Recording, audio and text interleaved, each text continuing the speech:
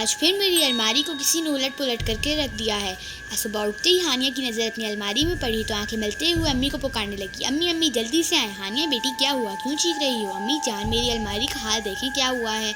इसमें इतना चीखने की क्या बात है, नाश्ता करके ठीक कर लेना।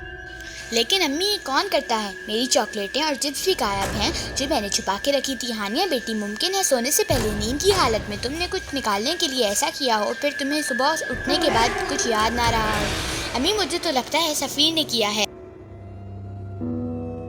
हानिया सफ़ीर तुम्हारा छोटा भाई है, इसके पास इन फजूल शरारतों के लिए वक्त ही कहाँ है। स्कूल, मदरसा, ट्यूशन और क्रिकेट अकेडमी रात के 10 बजे तो घर पहुँचता है, तो फिर ज़रूर मेरे कमरे में कोई भूत आ गया है। हानिया की बातों पर अम्मी मुस्कुरा कर बावर्ची खाने में चली गईं। नाश्ते के बाद हानिया ने अलमारी की तमाम चीज़ें सलीके से रख दी। इसके बाद तो अक्सर हानिया की अलमारी का यही हाल होने लगा। अब तो अम्मी जान भी कुछ परेशान सी हो गई। हानिया ने रोती सूरत बनाकर कहा, अम्मी मुझे तो लगता है इस अलमारी में ज़रूर कोई भूत है। आप मुझे दूसरी अलमारी लेकर दे दें, मेरी सारी चॉकलेटें गायब हो जाती हैं।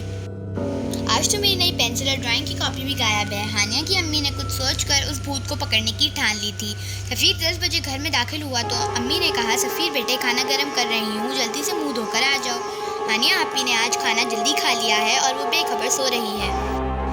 सफ़ीर अच्छा कहते हुए अपने कमरे में गया। खाने की थोड़ी देर बाद वो चुपके से हानिया के कमरे में दाखिल हुआ। हानिया गहरी नींद सो रही थी। सफ़ीर मुस्कुराते हुए सोती हुई हानिया को देखकर अलमारी की तरफ बढ़ा और आहिस्ता से अलमारी खोली।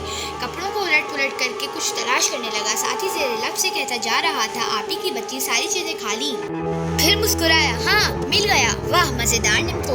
इसने जल्दी से पैकेट को जेब में डाला। सब चीज़ें बेतरतीब छोड़कर जैसे ही कमरे से बाहर निकला, अम्मी जान को सामने खड़ा पाया। अच्छा तो ये तुम हो अलमारी के भूत। सफ़ीर कितनी बुरी बात है, मैंने तुम्हें इतना मसरूफ़ रखा है ताकि बुरी सोहबत से बचे रहो, लेकिन तुम बहन को तंग करने से बाज नहीं आते।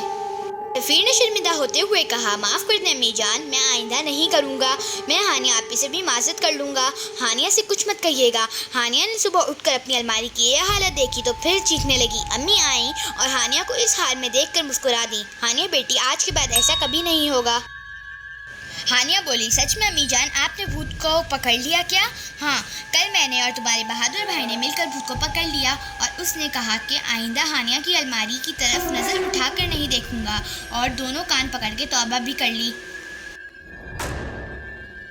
हानिया ने सफ़ीर को घूरा तो अम्मी ने सफ़ीर से कहा, सफ़ीर रात को भूत ने क्या कहा? सफ़ीर ने अपने दोनों कान पकड़ते हुए कहा, भूत ने कहा था कि आइंदा कभी हानिया आपी को तंग नहीं करूँगा, और हाँ भूत ने यह भी वापस कर दिया है। ये कहते हुए उसने अपनी जेब से निम्को का पैकेट निकाला और हानिया की तरफ बढ़ा दिया।